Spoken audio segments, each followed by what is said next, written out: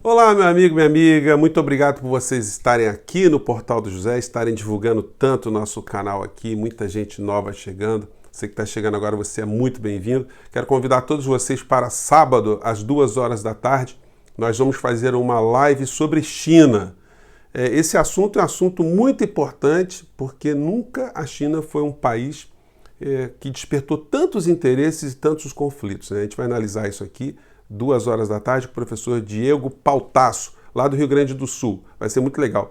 E terça-feira, dia 28, eu consegui também um contato muito legal para a gente fazer uma live com a ex-senadora Heloísa Helena, que também foi candidata a presidente da República, a pessoa que anda meio escondida pelos grandes meios de comunicação, mas nós fomos achá-la e trouxemos para a gente bater um papo aqui. Vai ser muito interessante, com certeza, uma pessoa também da área da saúde, uma pessoa que não tem papas na língua. Então, isso promete, esse papo nosso aí, né? Então vamos começar aqui com as nossas análises do que está acontecendo no mundo e ver quais são as repercussões do que está acontecendo aqui no nosso país. Alguns temas hoje, a gente só vai dar um pontapé para o papo que a gente vai levar na nossa live de sábado. Bom, as eleições nos Estados Unidos, elas estão absolutamente influenciadas pela cloroquina. Pois é. Vejam só como é que são as coisas, né? Nós tivemos na história do mundo sistemas capitalistas, né? O capitalismo, tivemos o socialismo e temos agora o cloroquinismo. O cloroquinismo é uma ideologia nova que surgiu para enfrentar a pandemia, que juntou o máximo de pessoas sem razão, pessoas que se divorciaram da ciência, da virologia, dos conhecimentos científicos e se apegaram a crenças. Então, o cloroquinismo vai fazer algumas vítimas políticas. Em primeiro lugar, fará o presidente norte-americano. Eu já comentei com vocês que os apoiadores de Trump estão abandonando o barco total, né? E ele está aqui nessa matéria aqui, ele está fazendo mudanças de planos, demitiu toda a sua coordenação de campanha, e está vendo agora que vai ser um mico tentar fazer reuniões com aglomerações, porque isso vai fazer com que haja fiascos novamente, como aconteceu em alguns episódios que ele tentou fazer, o que mostra que todo o destemor que ele estava manifestando em relação à Covid está mostrando ser muito prejudicial para a campanha dele. Então deu o braço a torcer, já está usando máscara, está recomendando as pessoas de usarem máscaras, álcool gel, manter o distanciamento, tudo o que foi negado lá atrás.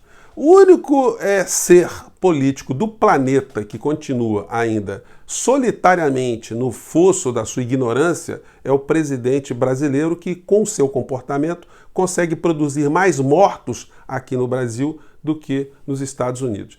Os meios de comunicação não salientaram isso, mas se vocês analisarem as estatísticas nos últimos dias, vocês verão que o Brasil é o país que mais está matando gente por Covid no planeta. Nós já ultrapassamos os Estados Unidos. O número de mortos diários aqui no nosso país é muito maior do que o número de mortos nos Estados Unidos.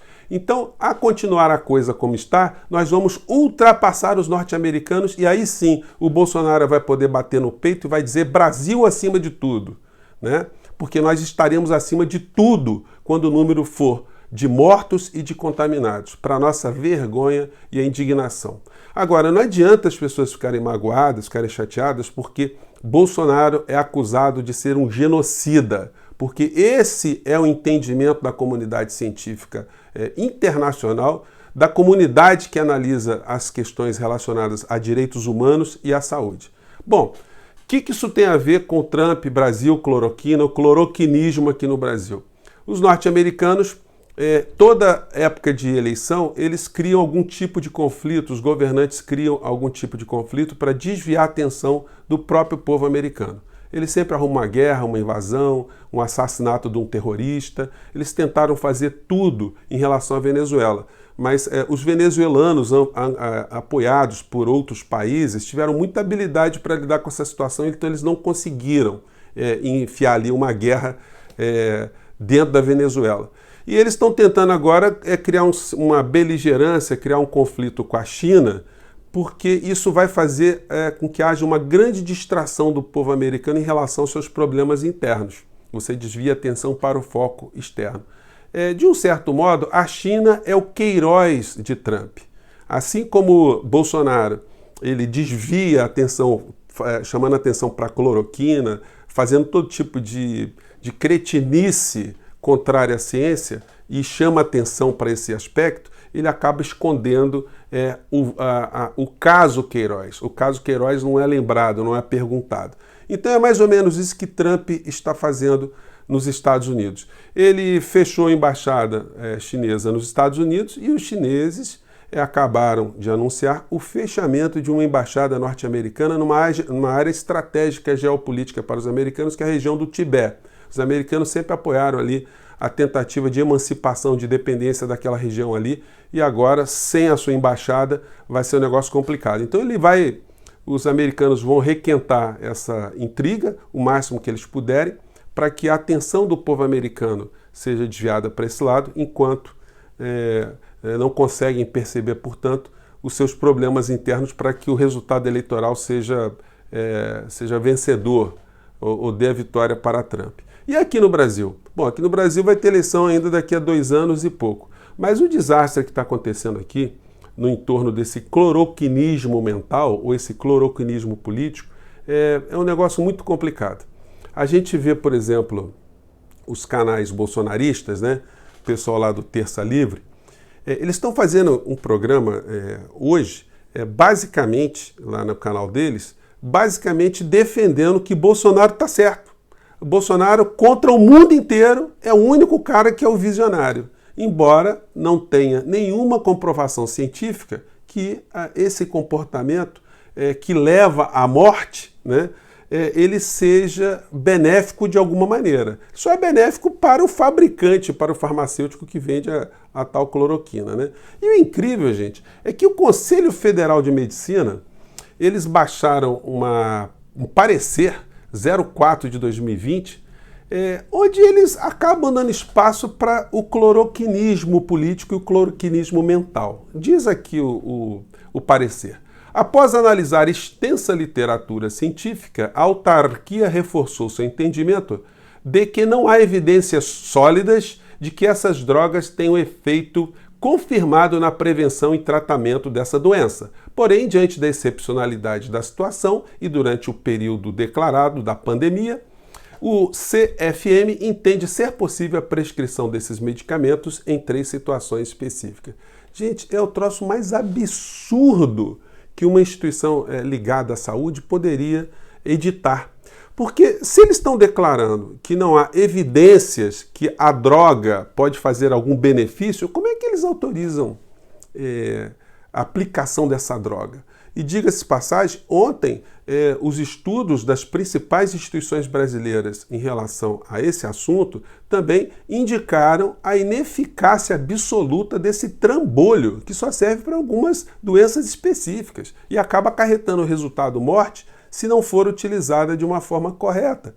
Então é uma coisa absurda, seria assim como se alguém dissesse que comer lesma está provado que não tem nenhum efeito positivo para o ser humano, mas também não está provado que faz algum tipo de mal. Então o Conselho Federal de Medicina poderia dizer que comer lesma também é um tratamento que os médicos podem replicar para os seus pacientes. Gente, é uma coisa assim, olha, não precisa ser Einstein para entender. Agora isso tem uma motivação política também, porque boa parte dos médicos no Brasil são conservadores e uma pequena parte são fundamentalistas também, ficam dando declarações a favor da cloroquina por razões políticas, porque não há, como a gente já salientou e o mundo está salientando, que há qualquer tipo de vantagem em tomar cloroquina, né?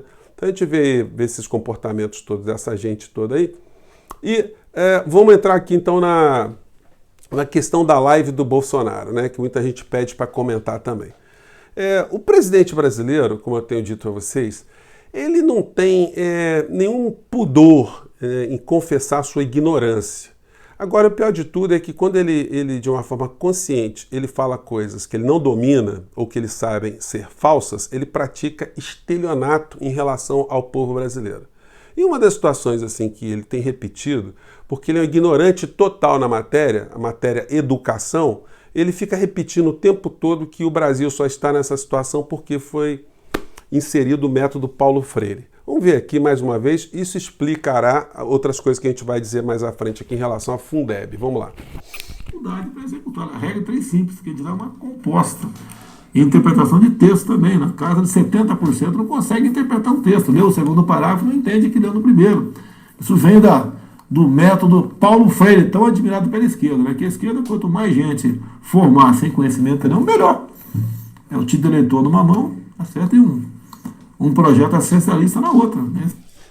Assim, então o presidente ele replica, ele repete toda hora essa inverdade, essa mentira, né, que é uma coisa que é fruto da ignorância dele e dos cloroquinistas que o cercam, né? Não há método Paulo Freire nas escolas públicas brasileiras. Já comentei com vocês. Harvard usa o método Paulo Freire. A Coreia do Sul está usando o método Paulo Freire. As nações mais desenvolvidas, que desenvolvem também a sua educação num alto nível, aplicam o sistema Paulo Freire. E aqui no Brasil, nós só temos Paulo Freire em escolas para pessoas muito ricas, porque não é um sistema educacional, um modelo educacional que foi aplicado aqui no nosso país. Então o presidente, ele reproduz uma inverdade, uma mentira para as pessoas aqui no nosso país que acabam ficando cloroquinadas mentalmente com esse tipo de desinformação.